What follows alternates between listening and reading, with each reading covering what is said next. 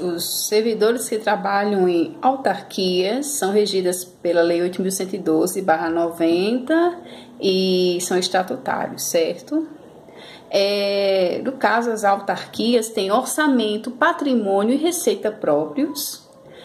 Os contratos e compras são realizados através de licitação, que é regido pela Lei 8666/93, que justamente depois eu vou gravar um vídeo falando sobre licitações e contratos, certo?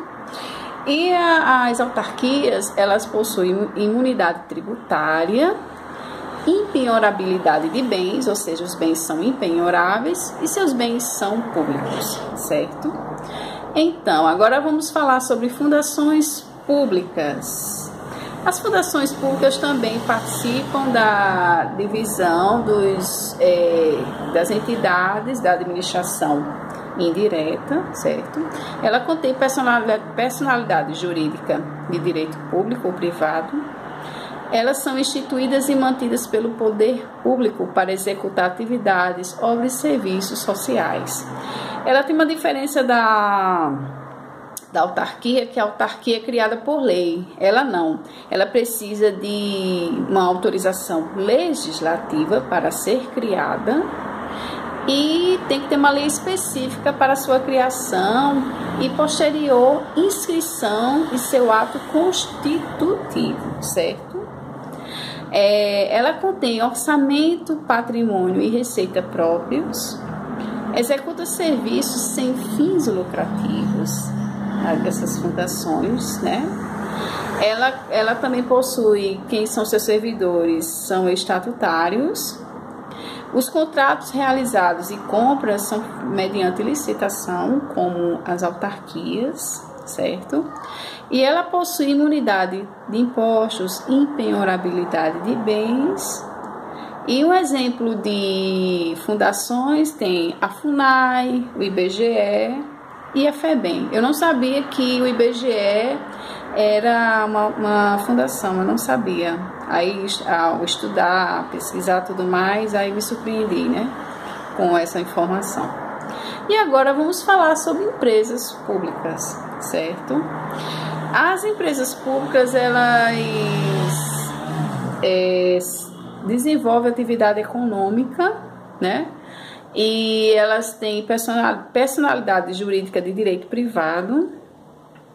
A lei autoriza sua criação e precisa de um ato constitutivo para fazer o registro.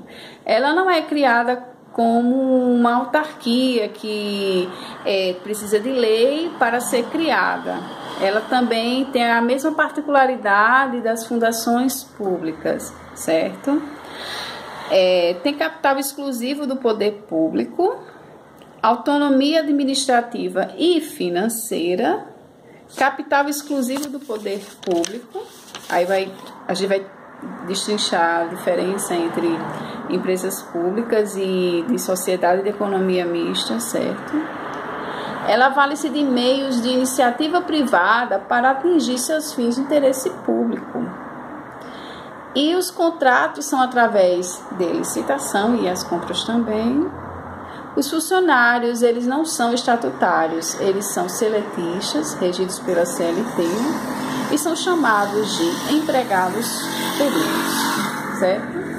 E para entrar numa empresa pública, ela tem personalidade jurídica de direito privado, mas ela não é como uma empresa privada que vou contratar um funcionário e pronto, dessa carteira não. Precisa, para que o funcionário entre para trabalhar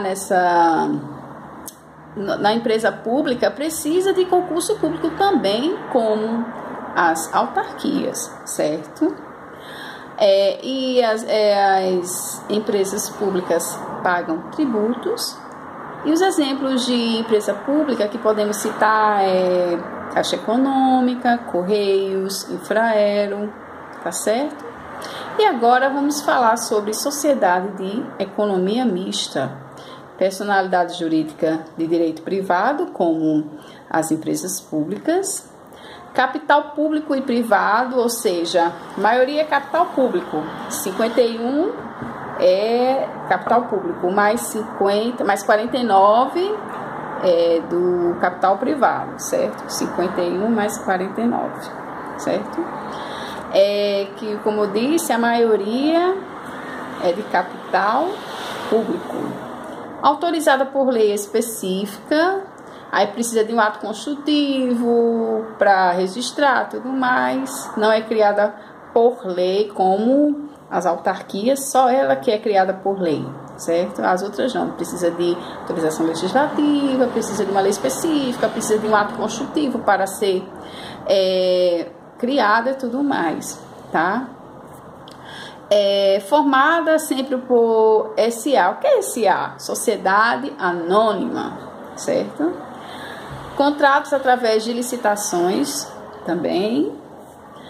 Os funcionários são seletistas e são chamados de empregados públicos, como da empresa pública. E precisa de concurso público. É só você lembrar da Petrobras, Banco do Brasil, que precisa de concurso para essas pessoas entrarem para trabalharem lá. Não é como um Bradesco, que é só privado, capital privado, que a pessoa vai e trabalha.